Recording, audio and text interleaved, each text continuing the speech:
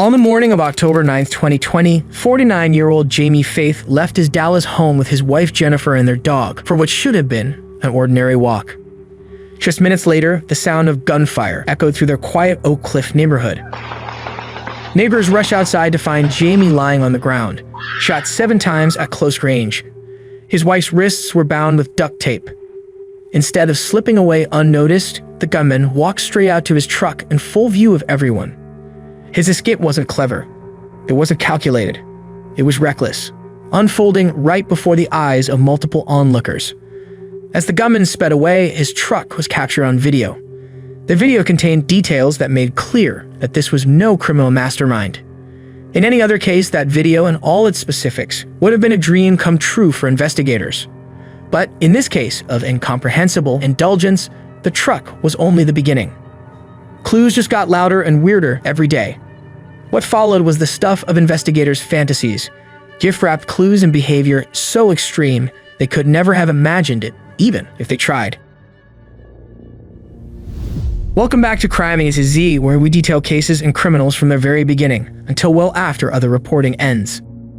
Today's case takes us to Dallas, Texas, the home of Jamie and Jennifer Faith. They were a couple who seemed quiet, ordinary, and entirely unremarkable, until their story made headlines for all the wrong reasons. A husband gunned down, a wife left bound and frantic, a neighborhood shaken, and a case that, at first glance, had no clear suspect, no motive, and no reason. But sometimes, the most ordinary people turn out to be anything but. Let's go.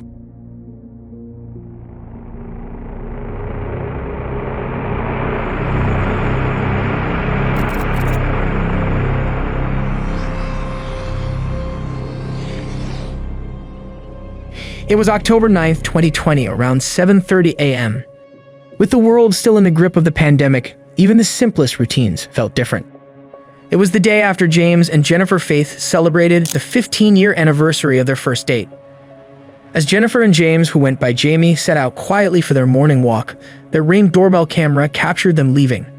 They had not made it very far at all when a masked gunman appeared and opened fire.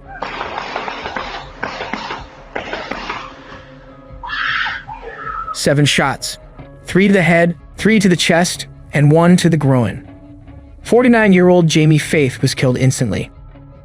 The gunman then attacked Jennifer, hitting her with his hands several times, then duct taping her wrists. Jennifer said he tried to take her wedding ring off her finger, but was unsuccessful. She observed that he was wearing a hooded jacket or sweatshirt and a blue face mask. The couple's dog Maggie remained unharmed nearby. Alerted by Jennifer's screams, neighbors came running out of their homes. One neighbor with medical training attempted CPR, but Jamie was already gone. By the time police arrived, the shooter had vanished.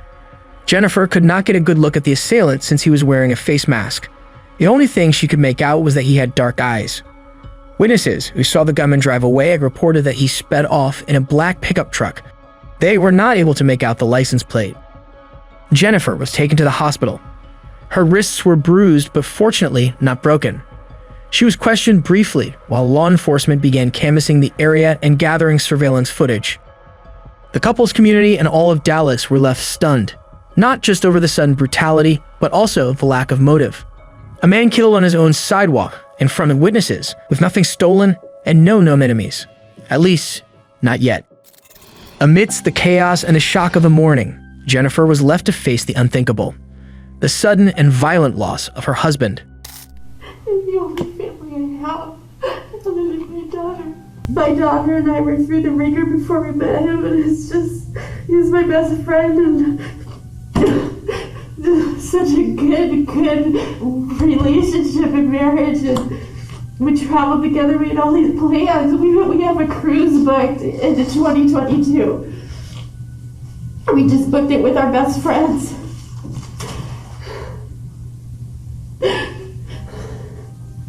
What am I gonna do?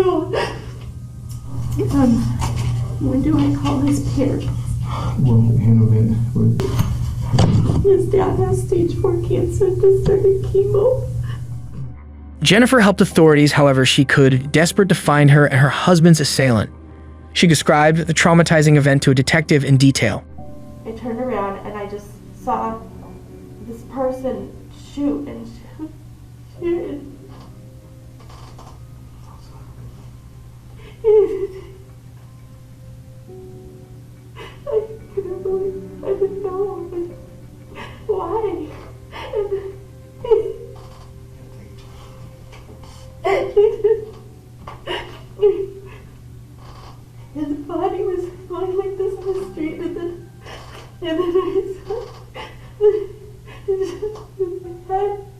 Was your husband like this? Did your husband say anything to him? No, I don't know. I think I was yelling no. I think he did the same thing. It just seemed quiet. That's all I remember are the shots. And several shots? Well, a lot of shots. 5, 6 maybe, I feel like. Mm-hmm. And he just kept going. And like, what is this stopping? And the shot and my husband's expression.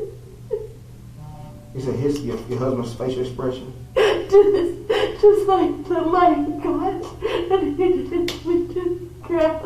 And so I was like, the shot, and then I saw the birds turn and like just dark eyes and coming toward me. And so I yelled no, and I had the dog, and I started to run, and he tackled me to the ground, and the dog ran, and he was hitting my face, and kept trying to turn me over, and he hit my side and back and hitting, and then tried to turn me over, and he was grabbing my arms and trying to take my rings, and then all of a sudden I saw a flash of it was silver, the gun was silver. Mm-hmm. And then he pulled out a roll of duct tape. From his pants, or? I think it had to have been, or I don't know. He just had it. And he tied my tape in my hands. So, and then I don't know what happened. I remember screaming, and I was just looking at Jamie. He's just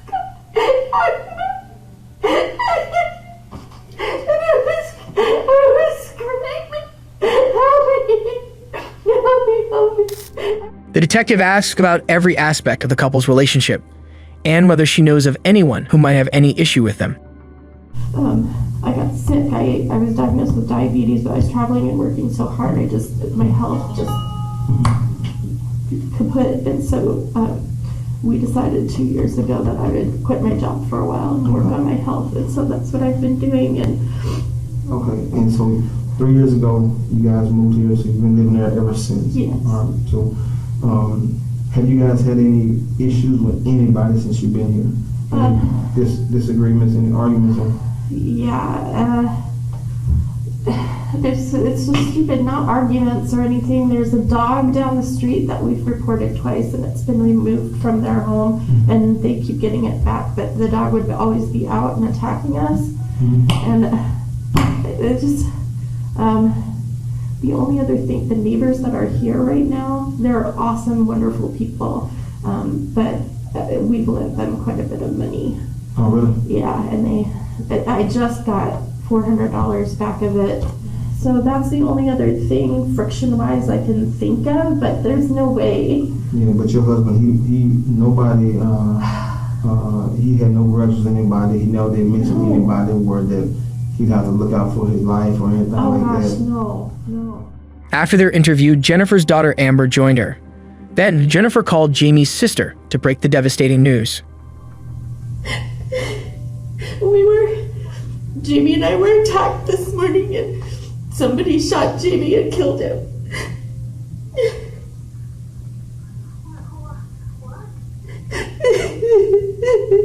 We're at the police station.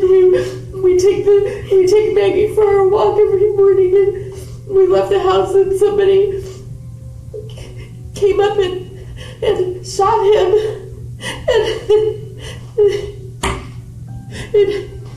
and he's gone. Yes, shot. They shot him. They shot him like 6 times and through the head. He's gone. He's gone. I'm so sorry.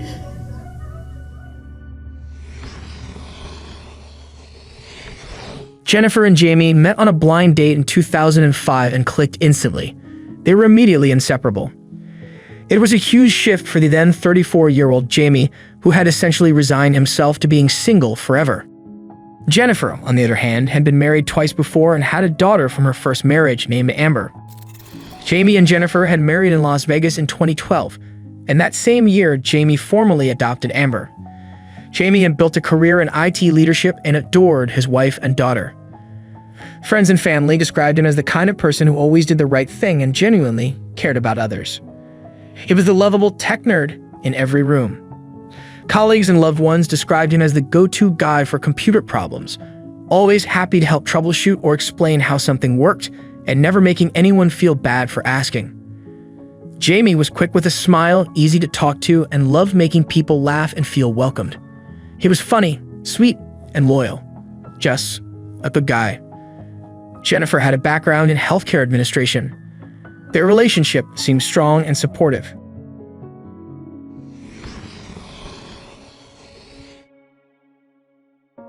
After Jamie's death, support poured in. His friends and family were crushed. A meal train was organized to deliver vegan meals to Jennifer. Cards and flowers covered her doorstep, and donations were collected to ease her financial burden, including a GoFundMe campaign to raise money for her and her daughter. The community was determined to support her however they could. A woman from Dallas is trying to cope with a sudden loss that no one should feel. Her husband was murdered on their morning walk, and she had to watch it happen. Jennifer took to the airwaves to plead with the public to try to find the person who took her husband's life. He worked for American Airlines. He was an IT director. Jennifer Faith told me about her husband, Jamie. It was a normal day. And the morning he died, October 9th. We got up, we did our normal good morning thing. At 7:30, they walked their dog outside their Oak Cliff home when they were ambushed 15 feet from their front door. And I heard running behind me, and I turned around, and then shooting just started. I was running up this driveway, and he tackled me and started beating on me and taped my hands together. I'm sure they're overextended and spread very thin, but it doesn't help me in terms of finding the answers that I really need.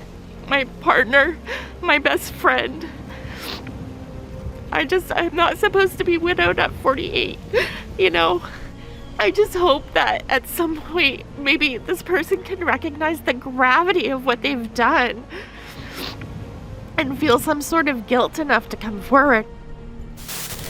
The day prior to that, on October 8th, we had just celebrated being together for 15 years. Oh my God, if you know what happened, I need that for closure. I need to make some sense out of this. It's been horrible, devastating. I teeter between completely heartbroken and completely devastated every day. In the early days of the investigation, detectives struggled to make sense of what they were looking at. Jamie had been shot execution style on a public sidewalk, yet nothing was stolen, no demands were made, and no one reported hearing the gunman speak. It didn't seem plausible to law enforcement that the brazen act would be carried out for just a few pieces of jewelry that the assailant didn't even get away with. To them, it appeared to be a professional hit. Jennifer's wrists had been duct taped, but her injuries were limited to minor surface bruising. That fact alone raised questions. Why leave a witness? Why take the time to subdue her, only to let her go? Could she have been involved? Investigators couldn't rule anything out. The first promising lead came from security footage gathered from around the neighborhood. Just moments after the shots rang out, that black pickup truck that witnesses saw speed away was captured in footage. The truck was a Nissan Titan. Its license plate was not legible on any footage. But another detail was. There was the decal of a T visible on the rear window.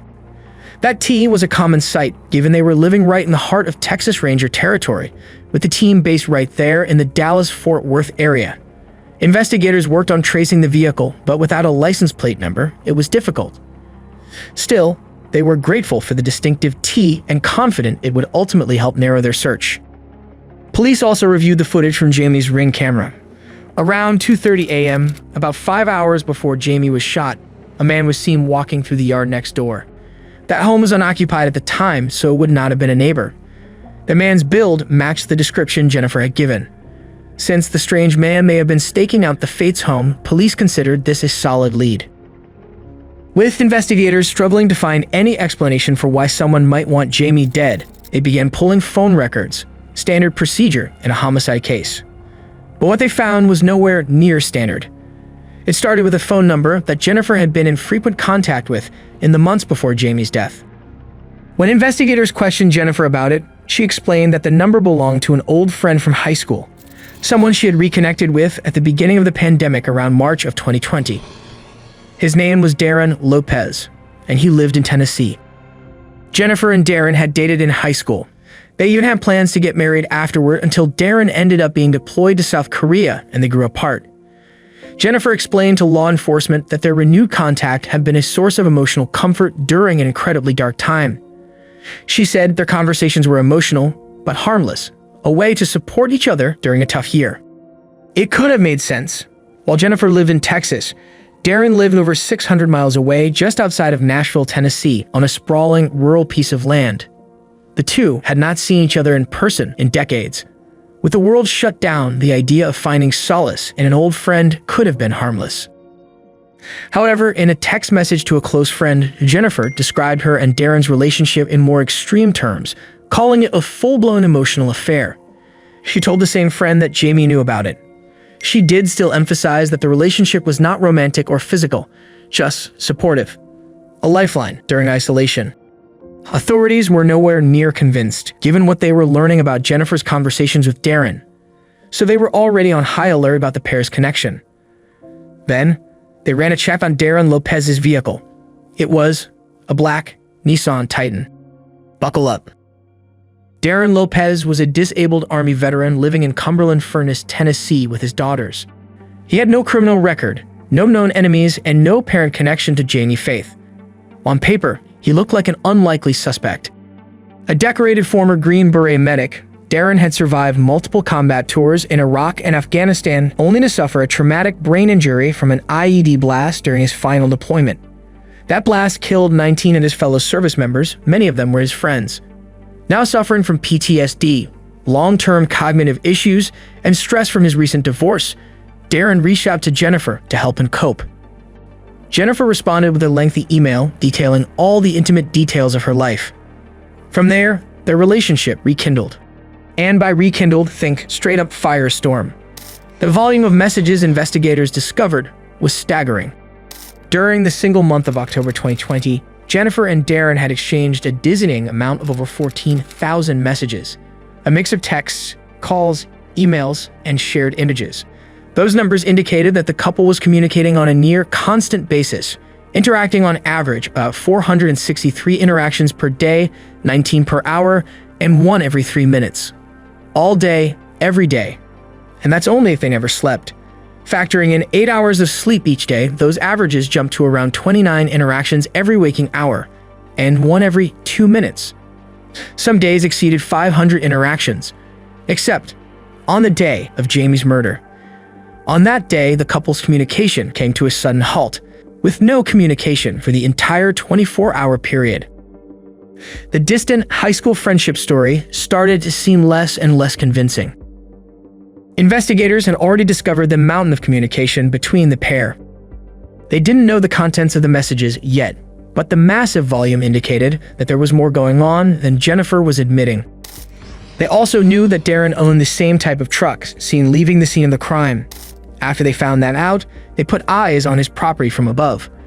Aerial surveillance revealed a Nissan Titan parked right outside his home. Same color, same body style, same distinctive T decal in the rear window. It was Darren's truck that was at the scene. Cell tower data also implicated Darren. It revealed that his phone had pinged in Dallas on the morning of the murder. Later, it pinged along the return route back to Tennessee, confirming that he had been in the area at the time Jamie was killed. Detectives were able to determine that he powered his phone down prior to the murder, then powered it back up while he was en route back to Tennessee. And the evidence just kept rolling in.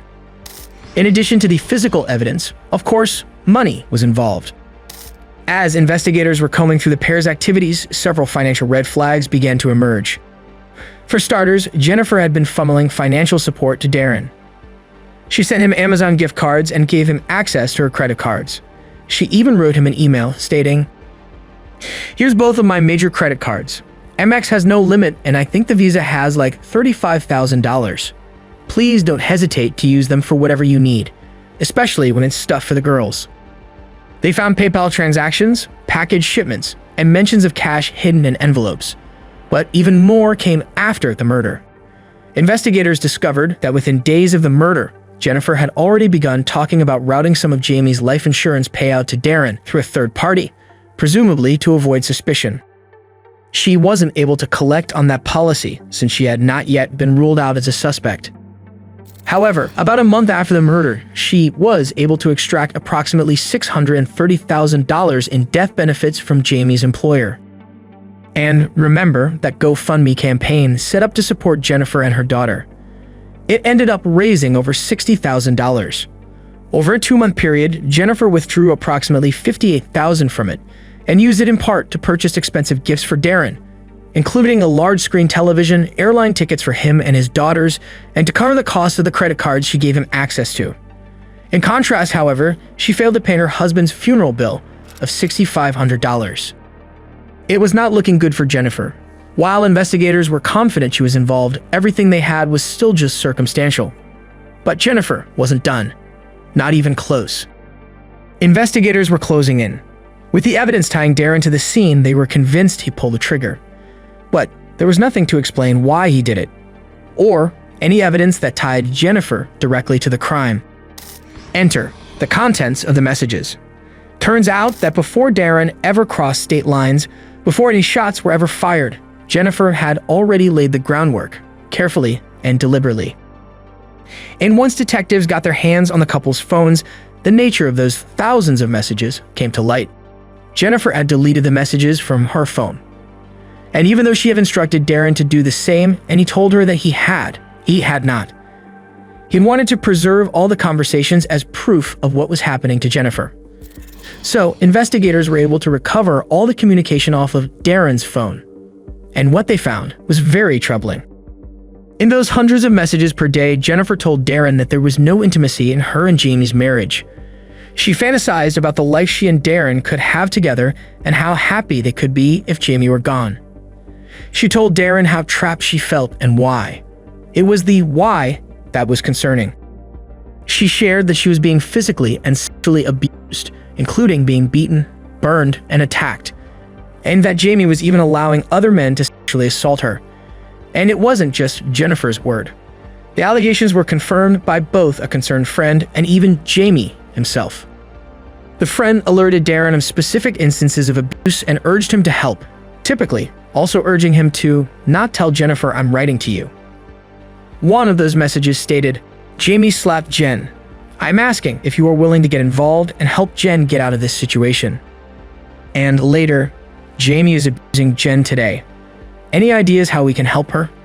Darren replied, "I know I won't feel better about her situation until she's out of the house away from him, or she lets me put a bullet in Jamie's head." The concerned friend wrote back, "I'm also very concerned, and if it were up to me, I would tell you to go for it with your idea. LOL. I'll give you an alibi." Then in a later email, she wrote, "Darren, I talked to Jen. He's burning her among other things." The messages directly from Jamie even further inflamed Darren. In them, Jamie ever so politely outlined all the reasons Darren should stop trying to steal his wife. They started out controlled, including statements like, "Please leave my family alone."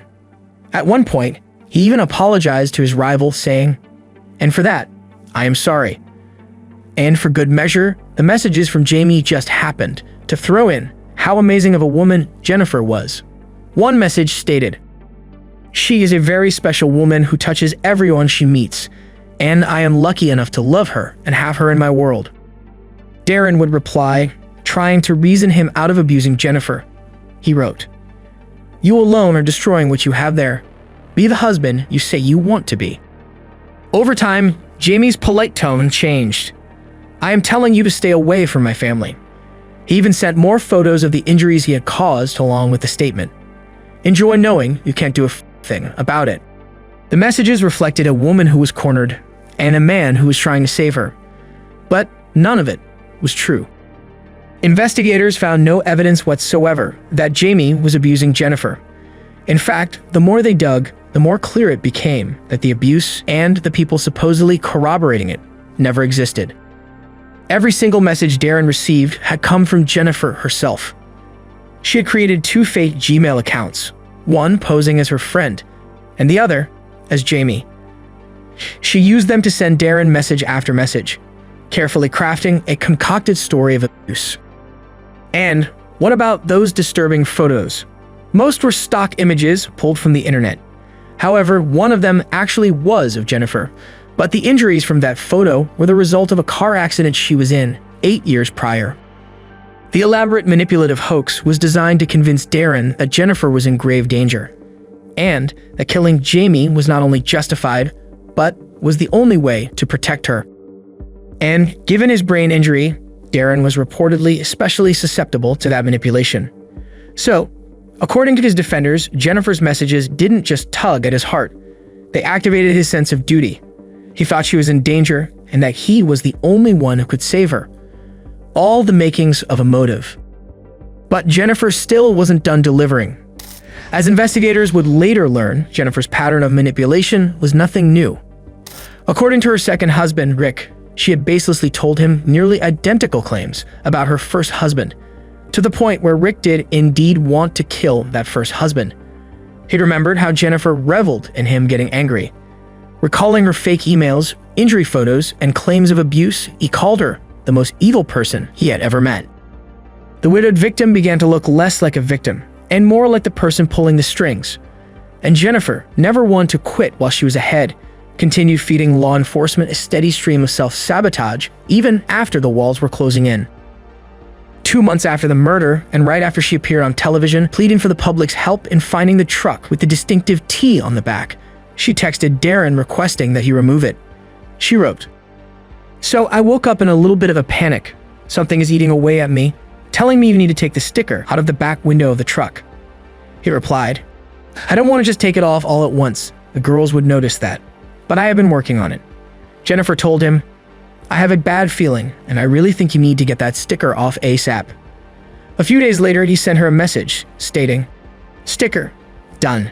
She replied, "Oh yay, thank you. I feel so much better." When officers monitoring Darren in Tennessee checked the truck 2 days after that message, they noted that the sticker had indeed been removed. It was time to bring Jennifer back in for questioning. After they called her, she immediately texted Darren. "Detective called. He wants me in for an interview tomorrow. I'm a ball of nerves now." He replied, "You don't need to be. Just keep saying what you have been. You will be fine." She told him, "If asked about you, you are an old friend going through a divorce. Don't text me Monday. I am going to factory reset my phone on Sunday night after deleting texts. Just thinking, in case they pulled phone records and ask." During her interview, the detective doesn't hold back. I feel that you're telling me some things, but at the same time, I feel like that there are a lot of things that you're leaving out. And me personally, in my heart, I believe that you knew what happened that day. I really do. I wanted to But the find the same person. guy that killed your husband, Jennifer, is the same guy that you're communicating with every day. You had over 24,000 text messages and calls. You said that there was no connection. I asked you earlier if you were having an affair or were cheating on Darren. On Darren, no. I'm not Darren, I'm sorry, but on Jamie, right? Okay. So you said, so I have no idea, and you said this to your friend Tina. You said, I have no idea when I'm going to be able to talk to you over the phone, but I'm pretty much having a full-blown emotional affair. And then another thing that's very striking, you told Tina that he has a 5-year plan on how y'all are going to be together. So, go ahead. Yes, at the beginning, and that's what I told you, the emotions were very strong. Mm-hmm. But I put a stop to it because of my relationship with my husband, who I was very much in love with. Right. You put a stop to it back in August, but then it picked back up. August the 6th, Tina said to Jim, she said, "You still talking to that guy?" You responded, "I put the brakes on him." Yeah. And said Jane was so hurt and internalizing everything, I just couldn't do it to him. But you told me that early on that you still continue to talk to him. You said even so, just as we're talking now. Yes. as friends. Right. But Jennifer, if I were to tell you I have other text messages that say something different between you all, because you got to understand. I'm concerned that I'm concerned that Darren has anything to do with this. Is there anything that's leading you there? Yes, ma'am. Okay. The other thing I'm concerned about is the fact that you're saying I knew everything that took place that day. So let's keep on. Okay. Like I told you, Jennifer, I want to go deep in this investigation. I want to get deep in this interview. Okay. All right. So the text messages alone. Do you know? You say you're just friends. On October 5th, you guys had over 667 times that you guys called each other and text each other. It's a lot. 667 in one day? Yes, that's what it says. That's what it shows, based on the records. Because you remember, we have a lot of things. October 6th, 419 times. October 7th, 640 times. All right. On October the 8th, all right, there was 133 times. But then there was a break. So you think about it. The day before. That's because Jamie was killed at 7:30 in the morning on October 9th. Right, but think about it. October the 8th, all right. October the 8th, there was a 133 times, but there was a 28 to 29 hour break. Well, it broke the pattern. It was not consistent with what you guys have been doing. Police were fully aware of why the pair's communications went silent based on the tracking of Darren's movement across state lines on his way to the murder. They knew everything. And I said that he's one of my best friends and I'm helping him with his kids and stuff right now too. Jennifer, you can call it what you want, but you're a married woman. You hear me? Ain't no way in the world that I'm gonna talk to some other woman that many times throughout the day. Not only that, Darren has a Nissan Titan pickup truck, okay? We've been all the time, this whole time we've been thinking that it was a Texas Ranger sticker. Yeah, what is it? But you know, just like I know, where is Darren from? Tennessee. Right. It's a Tennessee sticker? This whole time. Is it the same color? Same black, same everything. By this point, detectives already know that Jennifer texted Darren urging him to remove the sticker from his truck. But they're keeping some details to themselves for now. Oh, you got to think on how I'm feeling. I'm feeling right now. I didn't know that. It was his truck. Think about this, Jennifer. You got to think on how I'm feeling right now. I'm feeling like you tried to play me. I'm not. Yes, I did. Yes, and that's the way I feel. I feel like you tried to play me. That you tried to play me, and this whole time you knew the truth. And guess what? Darren right now is currently in jail, locked up for murder right now. Oh my God. So my main thing is right now, what is he gonna tell me? Okay, how could you talk to somebody that you know that killed your husband? I didn't know he killed my husband. I still don't know that he killed my husband. I wouldn't do that. Yeah. Why would I do that? And that's the question I have for you. Because think about it. If Jamie and I were so in love. Ask anybody about our relationship. Trust me, I did. If you know, my main thing is, this guy, he works every day, right? He worked every day. He provided. He took your daughter in. Yeah. As his own. Gave her his last name. Yeah. I'm looking at all these other people. I'm looking at American Airlines, people that possibly terminated, Mike Lennox, Jeff Jensen. I'm looking at all these people, Dan Turco, all these people. Because I can't think of anybody else. I'm thinking of all these people. Why do anybody have against Jamie? Why do anybody want to kill him? My biggest thing is, if you were so in love with Darren, just dump the guy. I wasn't. Just tell him, hey, it's over. I was in love with my husband. The detective leaves Jennifer with her thoughts for a few minutes. He then returns and injects a few pockets of deliberate silence.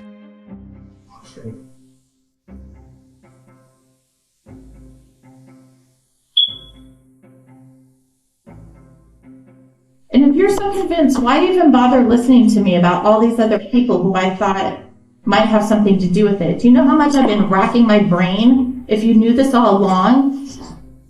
This is the what was taken? Yes. Police continue to press Jennifer, sharing only some of the truths they know, saving all the big stuff for court.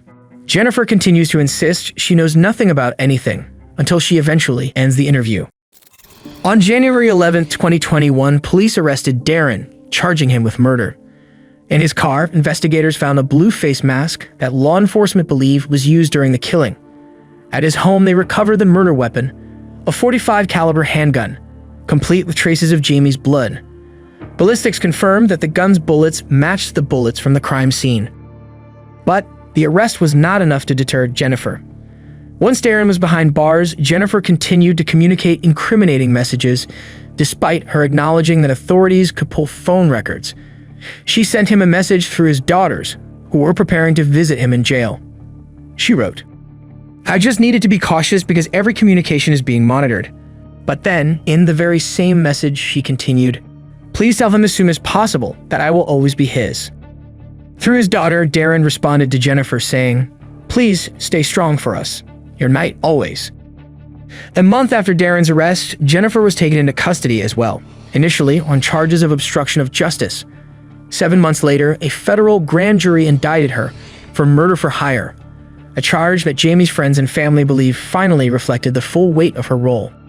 While in custody, she wrote Darren a letter insisting that she had never lied to him or sent any emails from any account except her own.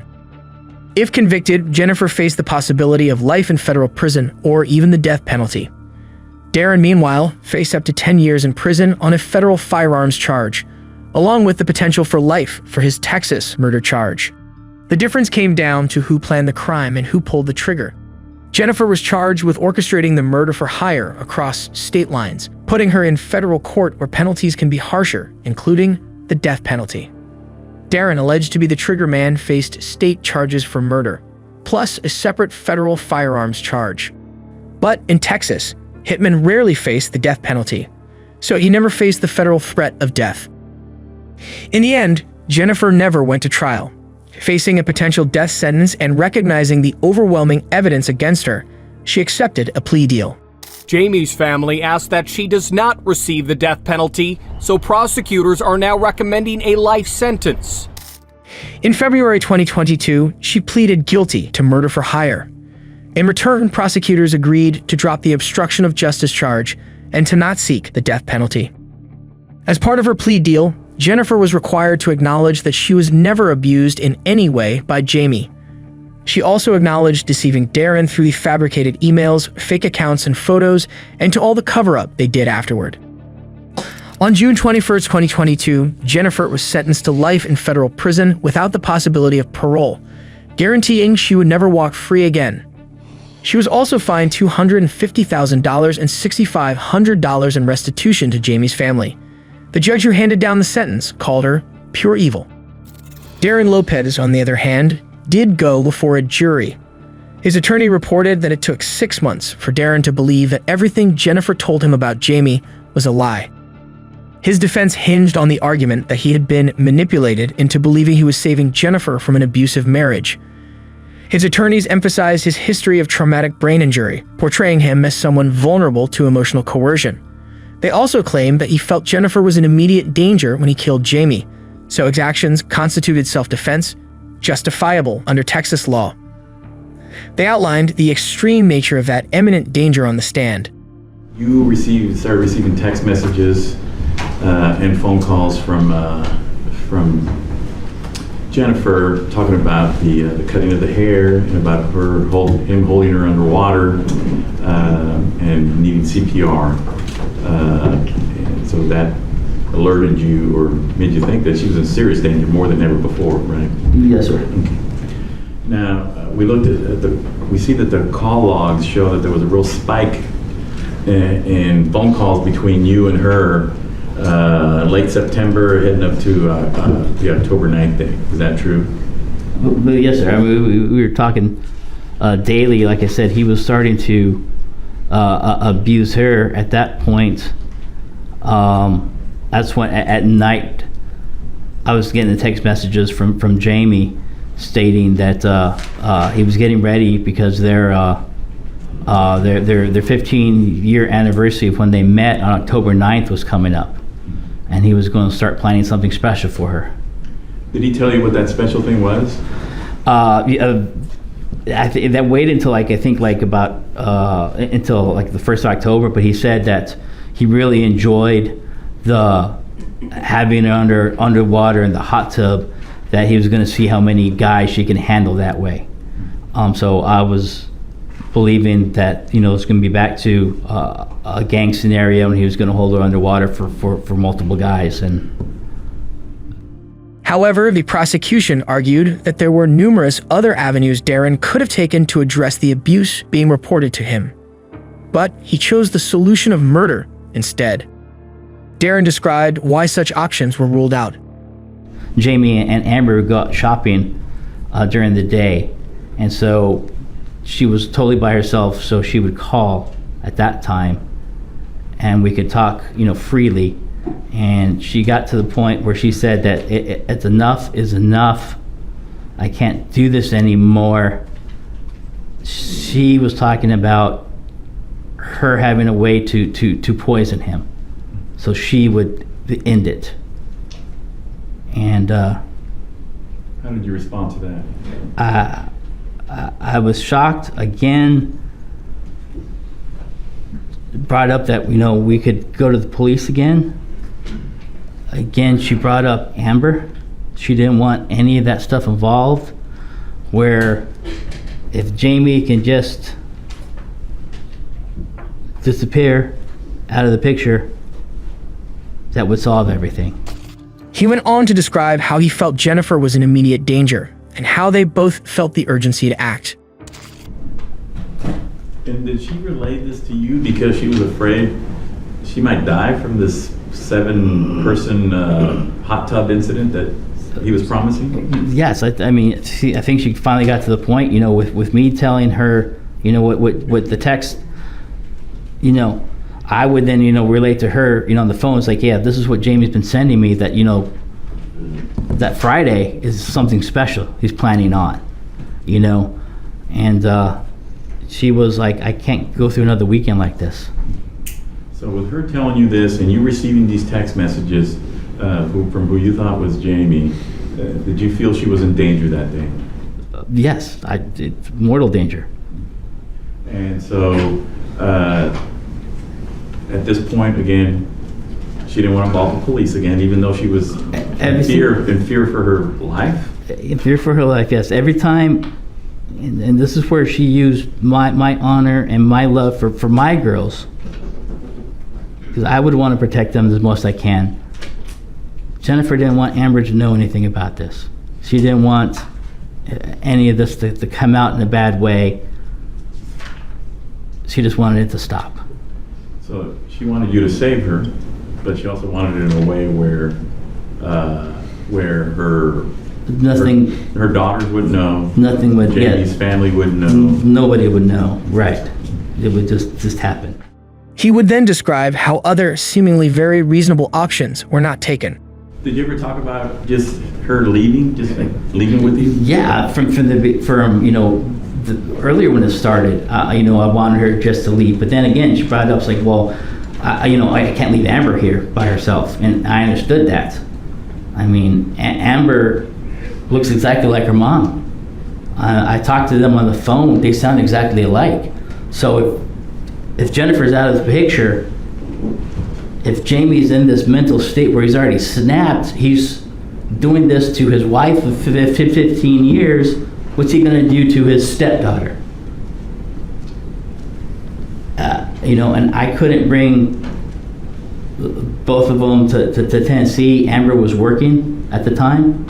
He later breaks down on the stand while describing what happened when he got lost among the labyrinth of Dallas streets on the way to the murder. Yeah, I pull off to the side of off to the highway. There's a parking area.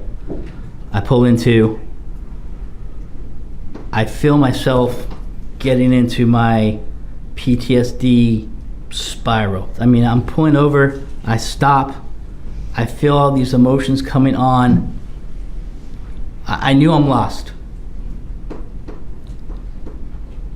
What am I going to do? She's going to be attacked within hours. I sit there thinking, the only way I'm gonna be able to find her place is if I turn on my iPad. Or I mean, it's my Galaxy Samsung actually, turn on my Google Maps. That's the only way I'm gonna be able to get back on there. But I know as soon as I hit that button, I'm leaving a digital trail.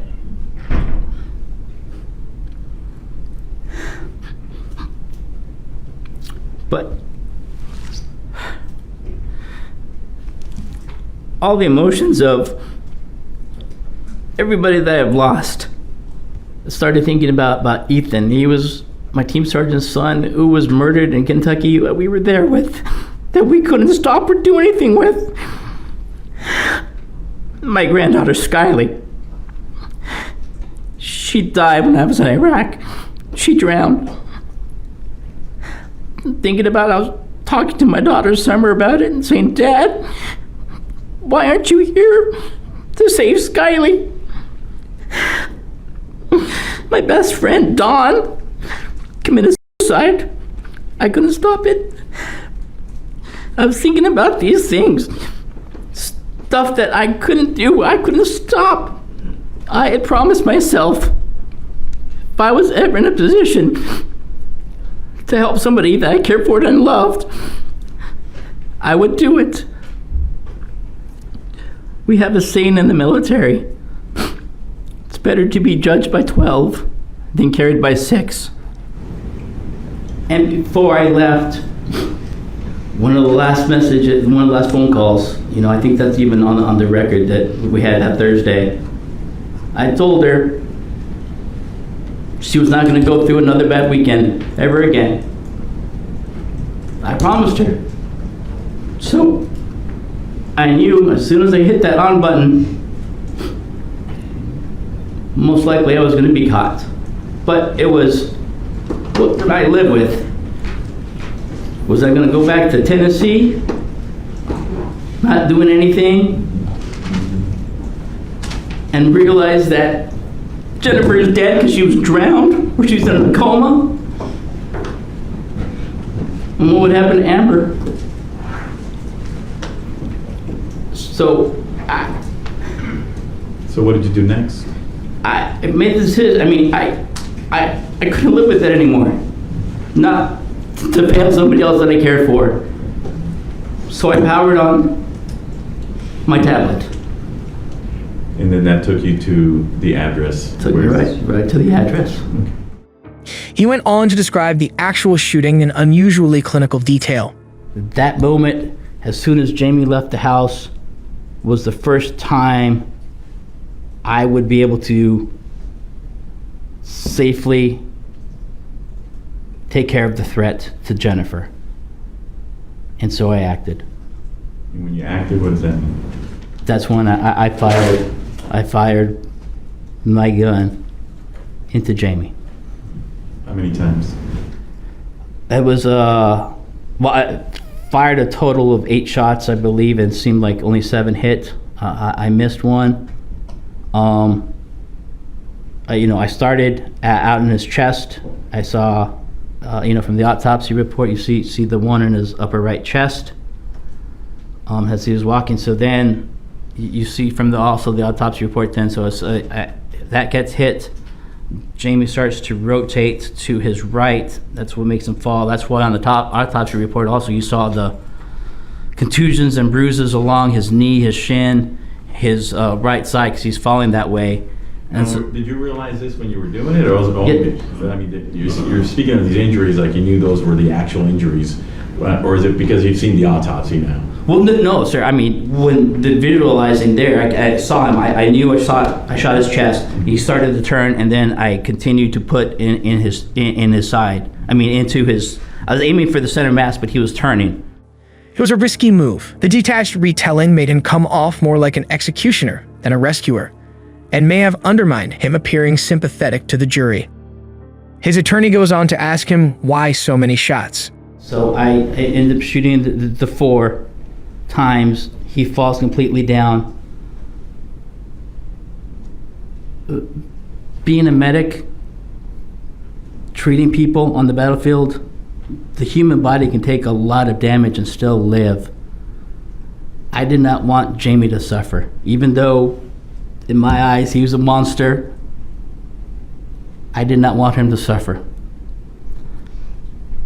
So I approached and I fired the rounds into his head. By training, should have only been 2.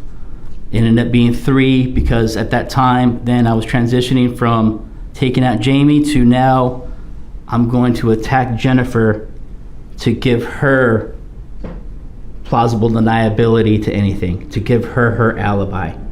Despite his account that his intention was simply to put Jamie down, law enforcement disagreed. In addition to the shots to the head and torso, Darren also fired a single shot into Jamie's groin. Law enforcement contended that it was personal, that it was to send a message, or to humiliate. Darren next described how he turned his attention to Jennifer, who he had not actually seen in over 17 years. This is the first time that I've seen Jennifer since, 1993, in person. I'm getting ready to, the person that I love, I had to approach her, knock her down to the ground, and start to duct tape her. And so, right then, so... That's the first time you touched her since? 93. And the only time you touched her? Yes, sir. The only time I touched her, threw her to the ground, and I punched her and slapped her. Did she know you were going to do that? No, sir. I didn't tell her anything beforehand, and she was, you hear the screams. They're blood-curdling screams. They were making me sick as I was doing it. Darren continued his testimony with more matter-of-fact detached statements. It was becoming difficult to imagine how the defense thought any of it would help their case. There was some blood on the gun. Do you know how that got there? Most likely, you saw the puddle, I believe. So I came around from his right and I crossed through it. So I believe it was close that way. Did you touch Jamie at all? Because how would the gun get on the slide? The blood, I'm sorry. The blood get on the slide. Do you remember? No. Emotions ran high when recounting the moment he found out Jennifer had lied to him. At the time I was thinking I was the noble soldier that did my job. I did what I was trained to do. I protected people. I kept them from a monster. So that's what I believed. Now, there came a time, though, where you eventually found out that Jamie, in fact, was not a monster. Yes. As a matter of fact, I tried to convince you of that when I first met you. Isn't that true? Yes. But eventually, you were presented with evidence that the emails were fake and that you were, in fact, not talking to Jamie, right? Yes, sir. And you were presented with evidence that that Rob, you were not talking to Rob. Isn't that true? Correct. And also evidence that you were not texting with Jamie also. Yes. And that really the only person you were really talking to all this time was Jennifer. Yes, sir. How did that make you feel? I was devastated. I took an innocent life. I took Amber's dad from her. A man who was like me. My 2 oldest daughters are my stepdaughters, but they're my daughters. I would never ever hurt Amber that way. Take her dad from that. That's what gets me, how Jennifer could do that to her daughter. Take her dad away from her. I was devastated. To think about all the trauma she put me through for months. The anguish that I went through reading all the stuff that was being done to her. Her telling me everything. I was just, I couldn't believe it. If I had not seen the evidence in front of me, shown to me by the detectives, of the injury pictures that she used. They showed me the injury pictures from her automobile accidents. They had the reports from the investigators of her auto accidents. They had the Objection narrative, Your Honor. He got interrupted, but his feelings of betrayal were clear. Jennifer turned me into the monster. I hate it. I destroyed Amber's family. In July 2023, the jury found Darren Lopez guilty. He was sentenced to 62 years in prison and a fine of $10,000.